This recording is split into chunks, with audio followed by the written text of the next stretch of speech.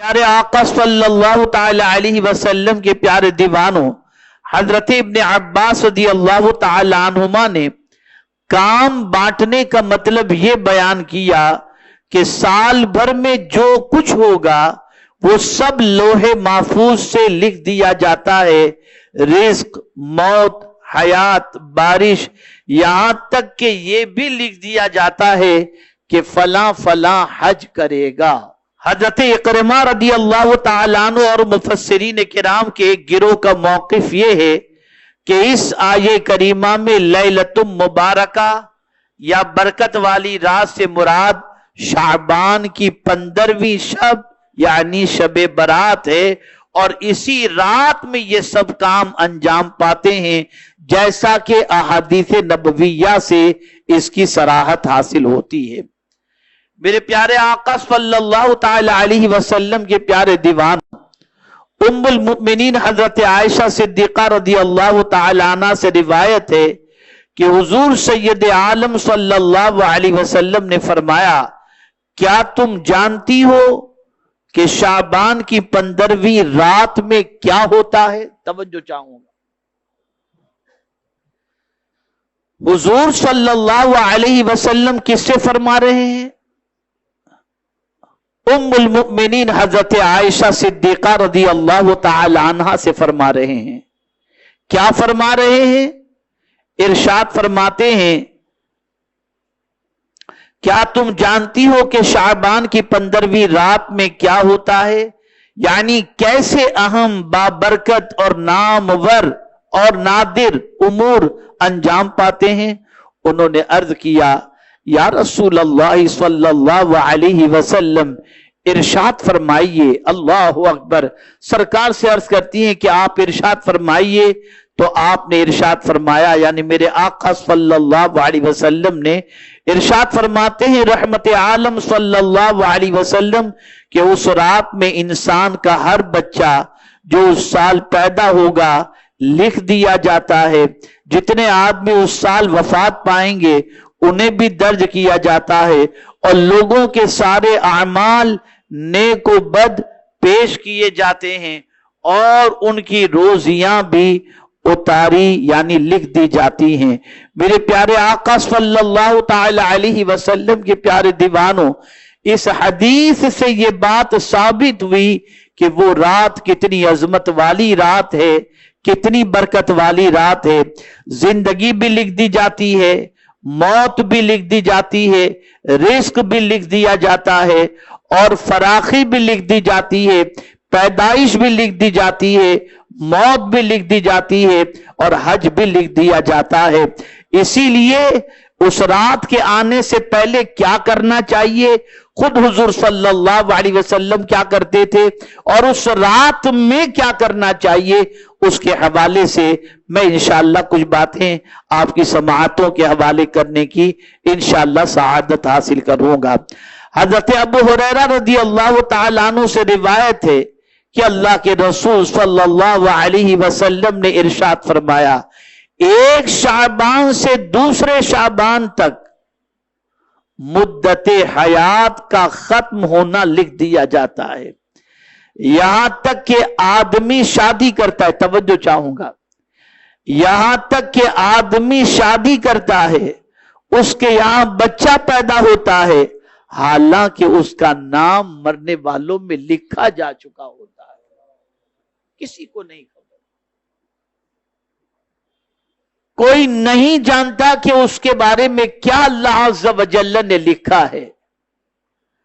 انسان اپنی زندگی گزار رہا ہوتا ہے، کہیں بچے کی ولادت کی خوشی منائی جا رہی ہے، کہیں کیا ہو رہا ہے، لیکن اس خوشی منانے کے والے کو یہ خبر نہیں ہوتی کہ اس کا یا اس کے بچے کا نام آئندہ سال کے زندوں میں لکھا گیا ہے یا مردوں کی فہرست میں شامل کر دیا گیا ہے۔